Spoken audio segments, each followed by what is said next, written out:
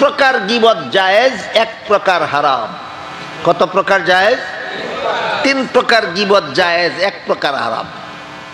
জায়েজ 3 প্রকারের। প্রথম প্রকার, যে গীবত করলো সে যার গীবত করলো তার অনিষ্ট থেকে বাঁচতে চায়।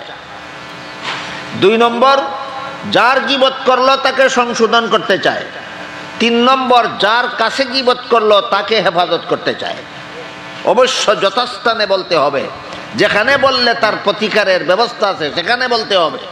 এই 3 প্রকারের গীবতই জায়েজ, কোনো ক্ষেত্রে জায়েজ, কোনো ক্ষেত্রে ওয়াজিব, কোনো ক্ষেত্রে ফরজ।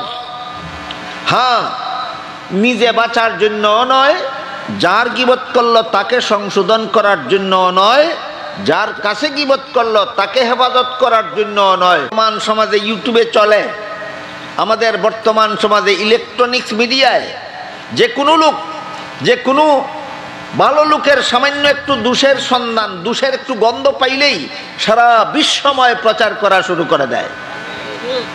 এই গীবত সম্পর্কে আল্লাহ পাক রব্বুল আলামিন বলেন, ওয়ালা ইয়াগতাব বাদুকুম বাদান আইয়ুহিব্বু আহাদুকুম আন ইয়াকুলা লাহমা আখিহি মাইতান ফাকারিহতুমুহু।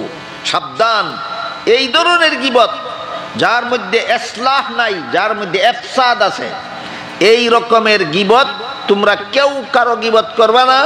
কারণ গীবত করা হইল মরা বাইয়ের লাশের গোশত খাওয়ার মতো হারাম। যেমন তেমন হারাম না, মরা বাইয়ের লাশের গোশত খাওয়ার মতো হারাম। মরা বাইয়ের লাশের গোশত খাওয়ার মতো হারাম। এই জন্য যারা ফেসবুক চালান, যারা ইউটিউব চালান, যারা ইলেকট্রনিক্স মিডিয়ায় কাজ করেন, তাদের জন্য অত্যন্ত সতর্কতার ব্যাপার যে আমি কার দোষটা ইলেকট্রনিক্স মিডিয়ায় প্রচার করতেছি, যে কোন পর্যায়ের, হালালের পর্যায়ের না হারামের পর্যায়ের। যদি হারামের পর্যায়ের হয়ে থাকে, একজনের দোষ খামোখায় একজনের কাছে প্রকাশ করলে যে পরিমাণ গুনাহ হইতো, লক্ষ কোটি মানুষের কাছে প্রকাশ করলে তার চেয়ে লক্ষ কোটি গুণ বেশি গুনাহ হয়।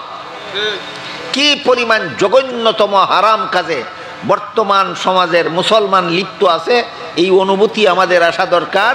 এবং আল্লাহ যে বলেছেন মরা ভাইয়ের লাশের গোশত খাওয়ার মতো হারাম, এই জঘন্যতম হারাম থেকে আমাদের সংযত হওয়া দরকার, বিরত হওয়া দরকার। আল্লাহ আপনাদের আমাদের সবাইকে তৌফিক দান করুন, আমিন।